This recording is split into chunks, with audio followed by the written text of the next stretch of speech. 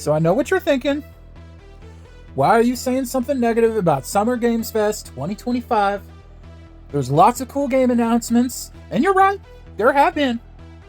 But if you're ready to find out what this video is about, like, comment, and subscribe to the 1UP family. And let's hop into this video.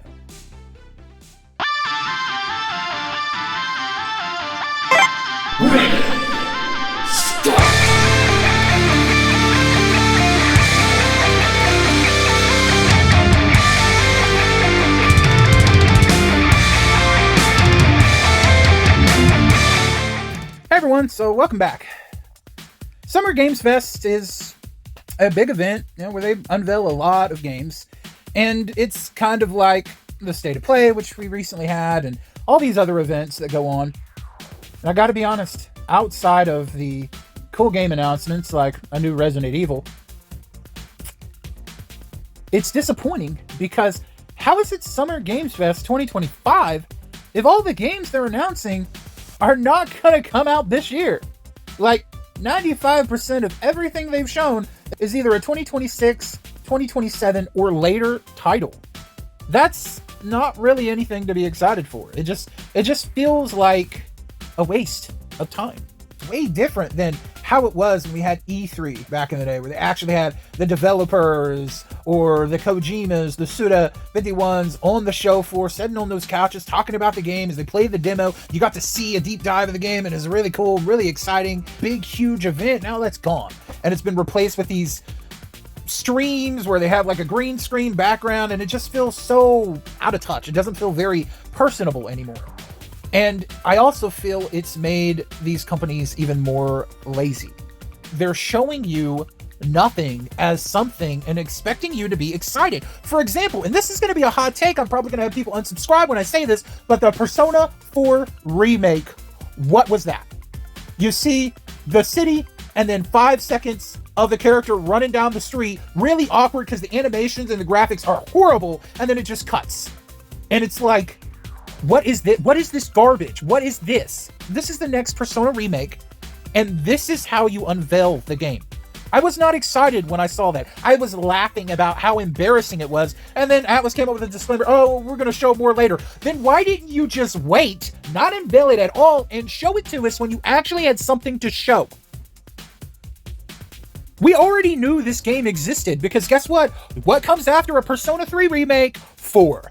I was in the camp that we should have got Persona 1, 2, and Eternal Punishment remakes because they're the Persona games that really needed that. But no, they just did 3 and 4 because 3 and 4 is popular, even though 3 and 4 have been ported to every single platform. I swear, we've gotten them dozens of times. We don't need remakes of 3 and 4 when you can already readily play them and they hold up extremely well. But I digress. It's really frustrating to constantly see games again and again and again and again instead of a release date.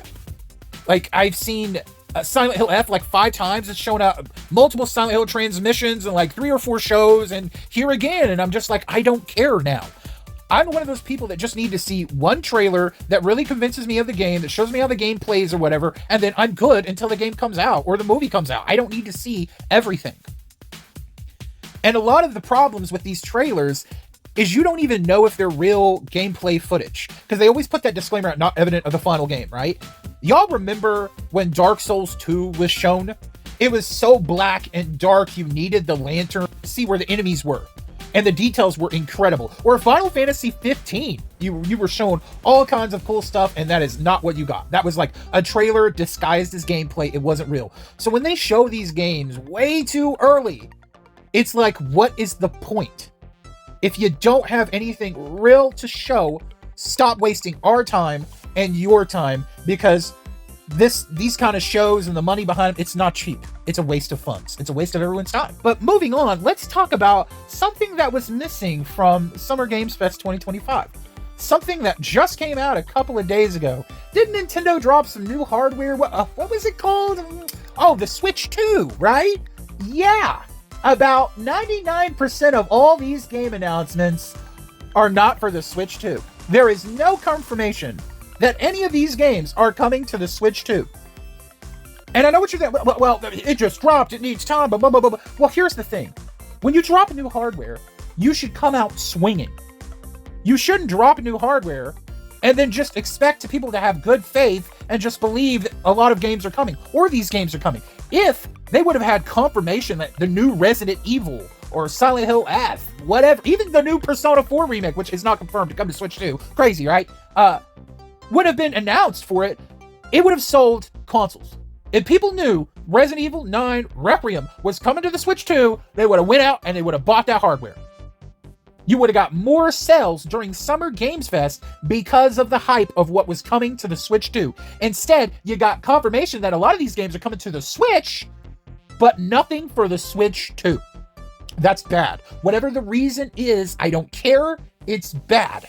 Because now people have no reassurance that the $450 to $500 that they paid for this new hardware, they're going to get any of these games. I've seen people online asking, why isn't this announced for Switch 2? Is it coming to Switch 2? Is it coming to Switch 2? Nobody knows, because, and then you have people doubting their purchase, right? And this is why I don't buy any new hardware or tech consoles when it drops, because you are a beta tester. You are paying full price and you have nothing to show for it. Nothing. There's no games. There's a bunch of issues and problems. Heck, you can't even play Nintendo Switch and Switch 2 Edition games out of the box day one unless you download an update. That's anti-consumer bullcrap, like they did with the Xbox One.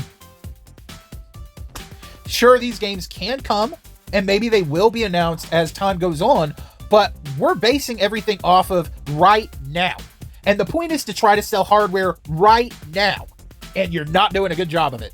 I don't really care, because I wasn't going to invest in this hardware anyways with all the shenanigans going on. But for the people that did, not having any of these exciting, awesome games announced for your new hardware you just bought is not a good look. But the final point that we come to is Microsoft. So Microsoft's showing off a lot of games too. And one of the announcements they made was that Gears of War is coming to the PS5. Yes, my friends, it's official. Something that I have been saying for years. Microsoft has finally revealed their true form. They have revealed that they do not care about Xbox. They do not care about their fans. They do not care about their developers. They do not care about real physical games, because they just gave one of their very few first-party and successful franchises to their competition. And why did they do this? Because, like I said, they don't care, and they most likely want to get Sony to put Game Pass on the PlayStation systems. We already know there was some email that was discovered that Phil Spencer was hopeful that they could buy Nintendo, which is ridiculous. Microsoft wants Game Pass on every platform. They've already used the slogans like adorably digital or everything is an Xbox. What more proof do you need than that, on top of all the other business decisions they made over the years, plus the fact that one of your first party titles is going to your competition? All those people that wanted to start the console wars like Xbox is better, PlayStation is better. I can't imagine those toxic Xbox fanboys are happy that Gears of War is going to PlayStation. As much as they hate PlayStation and they hate Sony, distance is literally to hate on Sony, they're probably not happy. They're not happy. I can't imagine they are. But if this comes to pass, if Game Pass ends up on PlayStation, if it ends up on Nintendo's hardware, it's over. It's over. Microsoft has won. You have Game Pass on PC, you have Game Pass on smart TVs, you have it on PlayStation and Nintendo hardware. They have won. They no longer have to manufacture actual Xbox systems. They can just sell controllers and subscription services and be done. And that's what they want to do. They want to kill physical media on Xbox. They've already been doing that. They want to stop manufacturing actual consoles because they don't think that it matters and that you can just get Game Pass, and then they will make money the same way they do when it comes to Windows. They have no direct competition when it comes to PC. There is one operating system outside of Mac for all PCs around the world, and that is Windows. Because they have no competitor, they get to set the prices, they get to dictate everything, they have full control. And if they make money by doing nothing. So if they can do the same thing with Game Pass and Xbox, they will. This has been Microsoft's business strategy and plan from the very beginning, all the way back with the original Xbox. They did not enter the space because they have love of video games. They entered the space to keep PlayStation, Sony out of PC. They did not want them coming in their territory to mess with what they were trying to do. And now that things have shifted and Sony's putting their games on PC, now they're trying to find a new way to control everything. And we'll find out very soon if Game Pass ends up on Nintendo and PlayStation hardware. If it ends up on those ecosystems and Microsoft can make money off of the other two platforms every time they're sold, on top of all this money they make with PC, Microsoft has monopolized themselves very strategically. And I hope Sony and Nintendo do not agree to that. I hope they do not. There's no reason for consoles to exist if there are no exclusive games, no exclusive titles, and no real competition. It makes things very, very messy. And really, the only people that will end up happy is everyone on PC, because then they get everything, right? But for people that prefer their physical games and their consoles, it will not be good for you. So yeah, my friends, Summer Game Fest, the game announcements, for the most part, are cool, but all the other shenanigans around it just isn't really good. Let's just recap a little bit. Showing games years and years before they're ready to be shown just makes you look stupid. None of the games announced for Nintendo's new hardware that just came out, it looks kind of bad. And Xbox giving their first-party titles to PlayStation and potentially Nintendo is the death of Xbox as a brand for people that actually care about physical games and consoles on Xbox. So yeah, it's going to be a very interesting time these next few years to see what happens. But me, my friends, I'm out. I'm going to enjoy my retro games. I'm going to double down on Switch. Get me a couple of OLEDs and just forget the Switch 2 even existed. It's mostly going to be PC retro, Evercade, Nintendo Switch, and everything after that is going to just be non-existent to me, because I don't feel like my money, my time is being respected, and I personally don't like how the industry has become. I feel we need a big reset button and get things back on track, but that's just my opinions. You let me know what you think in the comments below. Until next time, happy gaming, happy collecting. Let's all one up our collections together, and remember, Jesus loves you, so do I. Bye, everyone.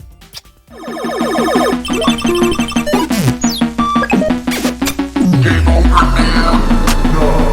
9, 8, 7.